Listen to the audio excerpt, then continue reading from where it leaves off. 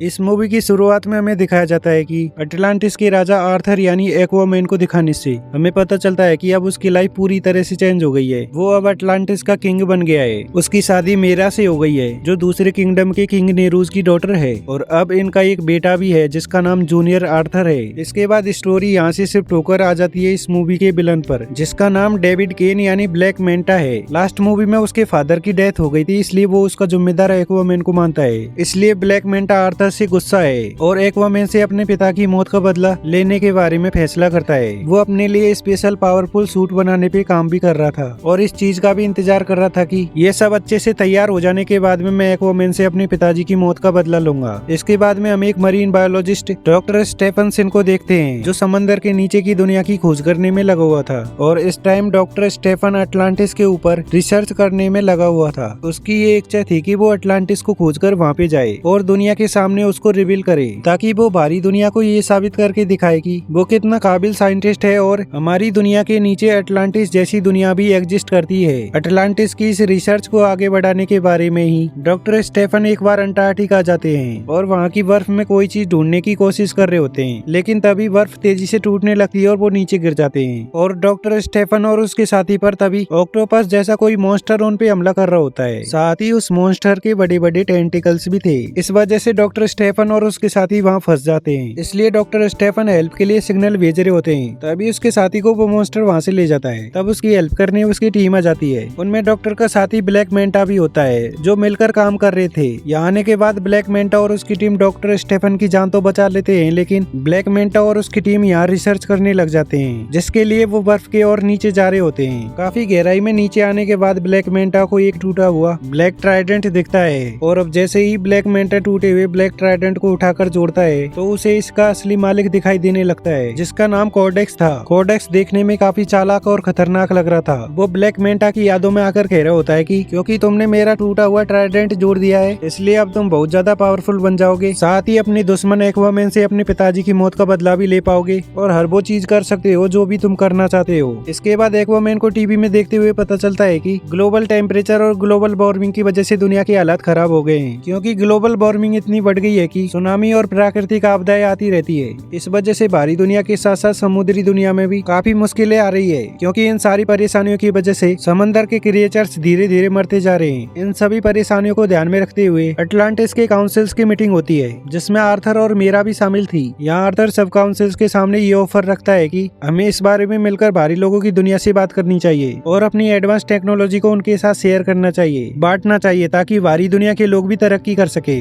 और फिर वो हम लोगों की प्रॉब्लम्स में भी हेल्प कर सके। लेकिन एक्वामैन के इस प्रस्ताव पर कोई भी सहमत नहीं होता। फिर सभी काउंसिल्स मिलकर कहती है कि ऐसा कभी नहीं हो सकता। उधर ब्लैक मेंटा का सूट पूरी तरह से बनकर तैयार हो चुका था और अब वो ये चाह रहा था कि मैं किसी तरह से अटलांटिस में घुसकर ओरिकेलकम को चुरा लूं। ओरिकेलकम अटलांटिस किंगडम में पाए जाने वाला एक तरह का मेटल है जो बिल्कुल पेट्रोल की तरह ही काम करता है। इसके साथ ही ओरिकेलकम के कई सारे फायदे हैं। तो अब ब्लैक मेंटा अपनी टीम के साथ ओरिकेलकम को पाने के लिए अटलांटिस में घुस जाता है और वहाँ पर हमला कर देता है। अब उसकी तबाही को देखकर मीरा ब्लैक मेंटा को रोकने के लिए उसके पास जाती है, पर क्योंकि उस पावरफुल सूट को पहनकर ब्लैक मेंटा काफी ताकतवर हो गया था, इसलिए ब्लैक मेंटा मीरा पर ही हमला करके उसे जख्मी कर देता है, जिससे मीरा वहीं पर बेहोश हो जाती है। ब्लैक मेंटा मीरा के पास आकर दोबारा से उसके ऊपर हमला करने वाला होता है, तभी मीरा को बचाने एक्वामैन वहाँ पे आ जाता है और ब्लैक मेंटा को उससे बहुत दूर कर देता है, और अपनी वाइफ मीरा को बचाने के लिए एक्वामैन ब्लैक मेंटा से लड़ रहा होता है। इस तरह से इनकी जबरदस्त लड़ाई हो रही होती है। लड़ाई के दौरान डॉक्टर स्टेफन ब्लैक मेंटा को सिग्नल भेजकर कह रहा होता है कि जल्दी वहाँ से निकलो, उनकी सेना आ रही है, और ब्लैक मेंटा समझ जाता है कि उनकी टीम ने ओरिकेलकम ले लिया है, इसका मतलब अब वो वापस जा सकता है। तो इसीलिए एक्वामैन को वहाँ पर उलझाकर लड़ाई को बीच में छोड़कर वहाँ से निकल गया तथा ब्लैक मेंटा सही सलामत वहाँ से भागने में भी कामयाब हो जाता है। अब मीरा की हालत बहुत खराब थी, जिससे मिलने एक्वामैन वहाँ पर आता है, जहाँ पर तभी किंग नेरू और एक्वामैन के पास आर्थर की मॉम अटलाना की कह रही होती है कि ये बात काफी सोचने वाली है कि अगर ब्लैक मेंटा इधर सच में अटलांटिस में ओरिकेलकम को ही लेने आया था, फिर तो कुछ जरूर बुरा और बड़ा होने वाला है। ये सब सुनने के बाद आर्थर अपनी मॉम अटलाना से कहता है कि फिर तो हमें मेरे भाई ऑर्म की मदद चाहिए होगी। अटलाना पूछती है क्यों, तो आर्थर उन्हें बता रहा होता है कि क्योंकि मेरा भाई ऑर्म अटलांटिस के साथ साथ ओरिकेलकम के बारे में भी काफी कुछ जानता है और अटलांटिस की हर एक चीज को अच्छे से जानता है। ये सुनने के बाद आर्थर की मॉम अटलाना कहती है कि पर ऑर्म तो अभी एक दूसरे किंगडम फिशरमैन की जेल में कैद है, फिर भला वो हमारी मदद करने कैसे आ सकता है। जिस पर आर्थर जवाब देते हुए बता रहा होता है कि मैं खुद फिशरमैन किंगडम जाऊंगा और जेल से अपने अपने भाई ऑर्म को छुड़ा कर ले आऊंगा।